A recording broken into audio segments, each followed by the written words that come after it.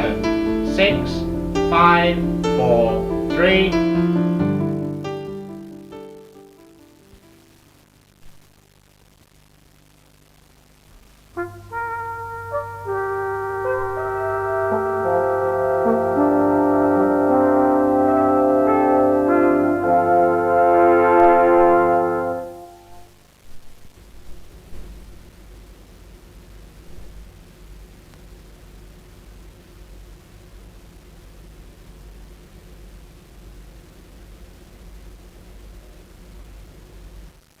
Hello, I'm Charles Wedemeyer, the Leidy Professor of Extension Education at the University of Wisconsin. Wedemeyer devoted over 4 decades of his life to the field of education. Starting out as a high school English teacher and then building on his teaching and curriculum building experience, he took on leadership positions that influenced thousands of people and influenced institutions throughout the world. At Racine Center in Wisconsin, he turned the 2-year school into a central part of the community. He assisted the University of Wisconsin in creating one of its early successful satellite campuses. During World War II, he learned about correspondence education and designed, developed, and edited course books for U.S. Armed Forces personnel. During the next decade, he led one of the largest correspondence programs in the world at the University of Wisconsin and expanded its student base to include students from around the world. He developed the experimental program, AIM, which was an innovative approach in the field of distance education. He shared his ideas with colleagues around the globe, with individuals who would become OUUK planners, and he was a consultant at the OUUK before its doors opened. He was hired by UNISA to conduct an independent study of their single-mode distance education program. Tens of thousands of students took courses at the University of Wisconsin under his directorship. Wedemeyer was an early adopter of radio in education, television in education, and in researching and using satellites for education. He predicted the use of computers for educational purposes in the future and predicted that non-traditional learners around the world would one day have access to educational opportunities.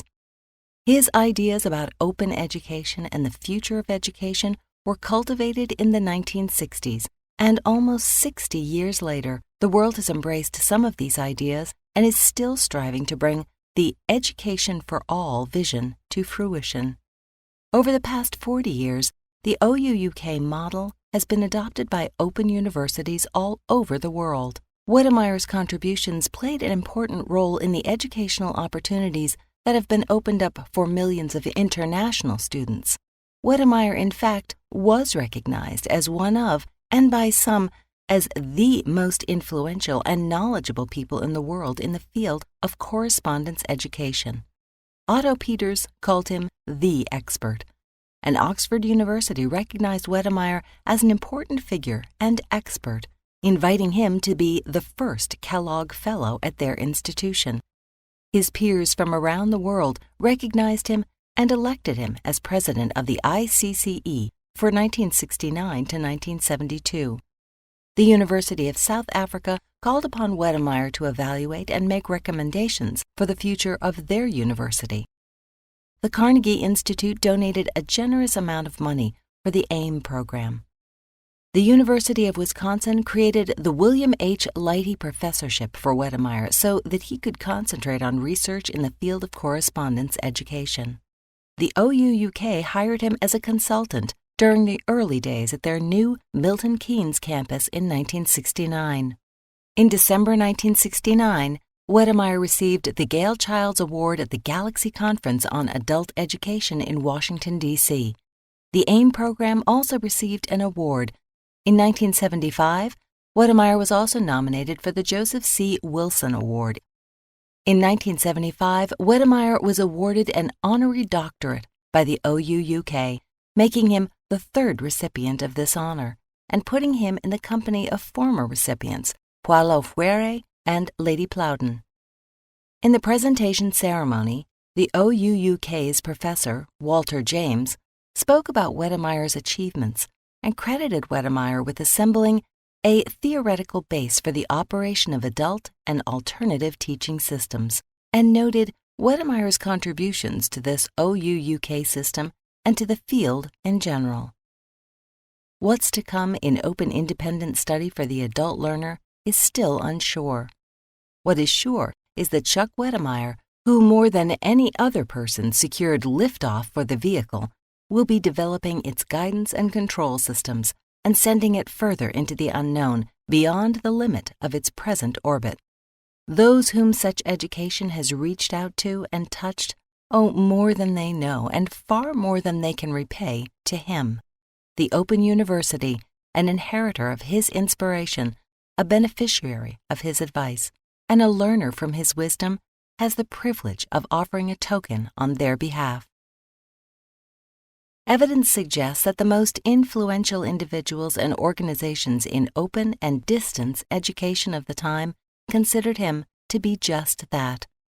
He was sought after as a consultant and speaker, his scholarship and research was widely cited, and his experimental program, AIM, was used as model for the OUUK, which became a model for scores of open universities that followed it. He was recognized as a leader who encouraged others to build quality programs, conduct research, to publish results, and to share those results in a collegial fashion for the greater good. The greater good to Wedemeyer was education for all, especially those learners who were the non-traditional learners who had to enter, as he put it, through the back door.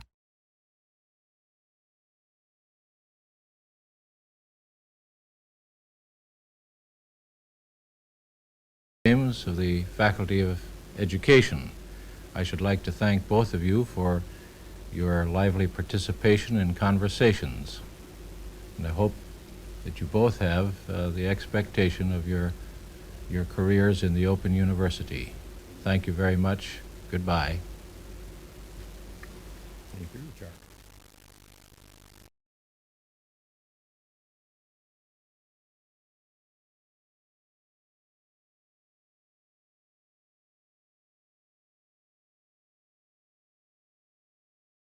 Second memorable experience is working with Wedemeyer in his capacity as president of what was then in ICC, International Council for Correspondence Education. And incidentally, it was during his tenure that the work got underway towards the change in title and everything that went with that to International Council for Distance Education. He was responsible for the establishment of the newsletter, which eventually turned into an ICDE journal, the first membership list. And we were getting very primitive computer-based data resources then. But generally building and holding the World Conference in Warrenton, Virginia, the last time until it came here to Penn State in 1990 that the conference had been held in the United States. And sort of being an international person myself, Wedemeyer was, I mean, I'm sure he took me on partly because he was a great enthusiast for internationalism. Again, before his time. I mean, today, you know, we jump on jet planes and we email across the globe as a matter of fact, but then in the early 70s it wasn't like that. Hardly relevant directly perhaps, but it just comes to mind how Wedemeyer used to put his hand in his own pocket and take out whatever $20, $25 to pay the ICC membership for a woman from Poland, because behind the Iron Curtain they weren't able to get out money and it was difficult for them even to be involved in these kind of associations. So internationalism was very important for him. And this is where the international, I guess, touches with the theory, because a lot of the ideas that eventually we developed, he brought in through his connections with the other two big names in our field, Otto Peters in Germany and Buri Holmberg in Sweden and then later in Germany. So through his correspondence with Peters and Holmberg, I mean, the words distance education came to us from the German Fernstudium, which he brought in through his connections with Peters. I first met Holmberg, in fact, in Wedemeyer's office. First heard the term distance education, which I then helped through my presentation at that World Conference in 1972. I mean, I had put in a lot of thinking about the pedagogical concept of distance, but the terminology I first heard from Holmberg, who was visiting Wedemeyer. He advocated the need for the development of a theory to explain what happened when people were learning in one place and teaching in another, and there was nothing prior to his statement in '68 or whenever it was in the Encyclopedia of Education, a short statement about the meaning of independent study, independent both in space and time, as well as with a degree of self-directedness of the learner, which was the seed from which I took off and ended up with transactional distance and learner autonomy. Until then, there was in none of the educational literature was there any accommodation at all of the idea that people could learn in one place and teach in another. Education was defined as what went on in a classroom. It was a group process in a classroom. So the fact now that it is so obvious to everybody that education, teaching and learning is not only what goes on in classrooms, originates with Wedemeyer. So now we have the Wisconsin Conference for the 25th year. We have the American Journal of Distance Education coming up to its 25th year. We have courses all over the country and over the world. That did not exist in 1970, 71, 72.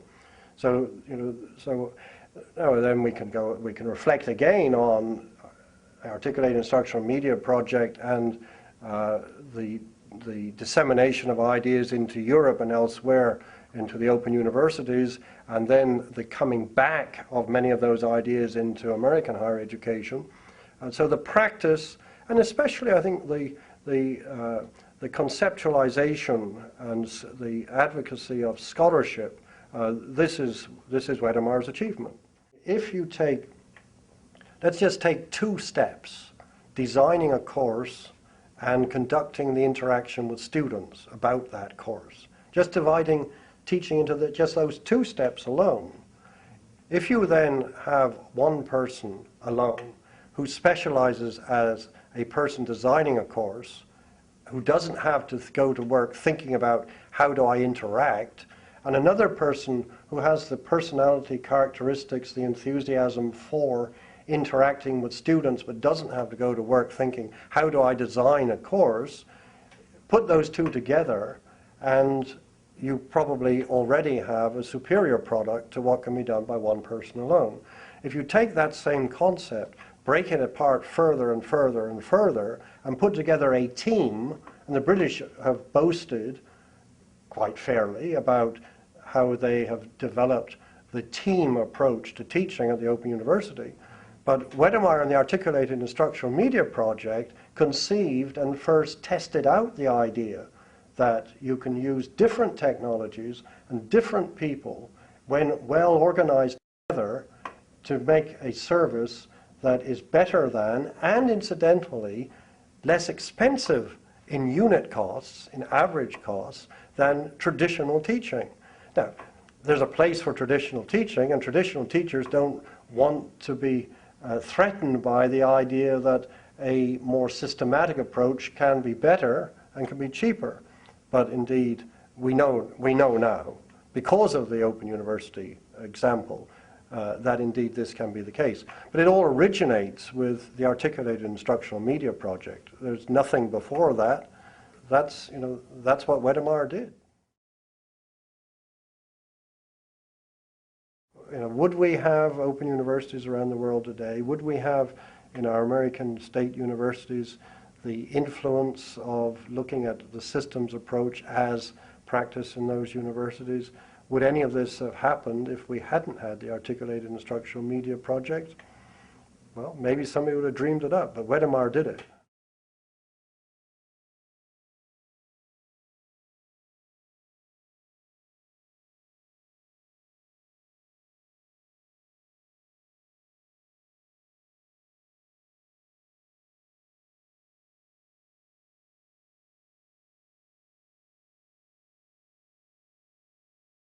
Now that I remember, I was terrified. He used to drive me to Milwaukee in the winter in a little MG. You know what an MG sports car is like? Yeah. I mean, it's the size of a decent desk. Yeah? And and you're down, only two passengers, and you're right down near the ground, and the ground is covered in ice and snow, and he wore some kind of heavy wool coat, and I had a sheepskin coat, and I used to just hold on tight until say a prayer when we got there.